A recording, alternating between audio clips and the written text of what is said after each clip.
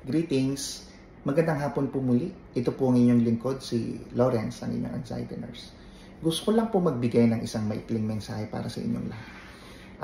Madalas po kasi ito na napapansin ko at hindi may iwasang senaryo sa isang clinical setup na concerning mental health. Marami po kasi sa atin na pag nagpapakonsulta, nagwo-worry tayo at natatakot na sabihin yung mga complete details ng ating symptoms. Natatakot tayo na ma-diagnose na merong mental health disorder, bagamat gusto nyong magpakonsulta at humingi ng tulong, nahihirapan pa rin kayong i-accept sa sarili nyo yung inyong pinagdadaanan. No? At may iba rin naman po sa atin na minamagnify o pinapalala or ina-exaggerate yung kanilang symptoms kasi may mga healthcare provider naman tayo na hindi naman kagad nagbibigay ng gamot, no? At sa inyo, pakiramdam nyo na kailangan nyo ma-maximize yung konsulta o kikita sa inyo ng psychiatrist. Nang sa ganun, kung mabibigyan kayo ng gamot, no?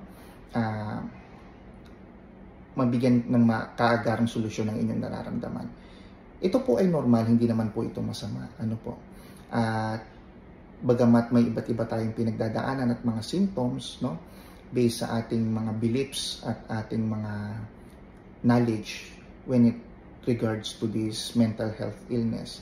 Hindi po may iwasan yung mga ganitong senaryo at normal lang naman po ito. Pero ang advice ko lang po, as time goes by,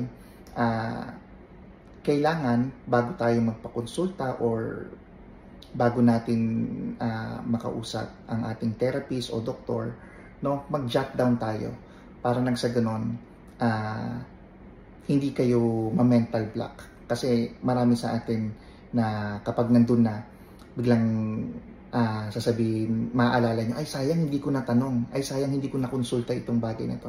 So para maiwasan natin yon, no, maging organized tayo.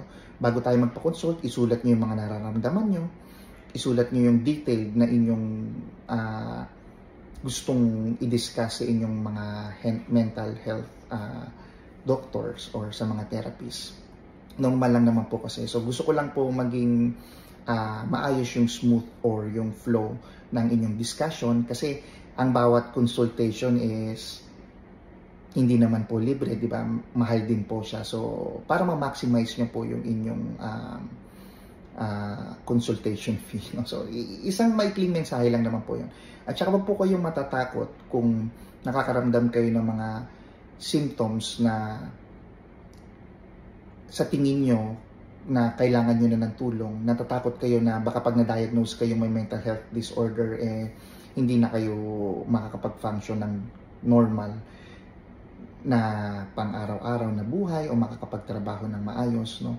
Huwag kayong matatakot. No? The first step to recovery is acceptance. I-accept nyo lang po at sooner or later mapapansin nyo na gagaan ng inyong pakiramdam at unti-unti kayong uusad sa inyong treatment. So, ayun lamang po. Sana po makatulong po itong maikling mensaheng ito. At magkita-kita po muli tayo sa susunod nating live video. Paalam po.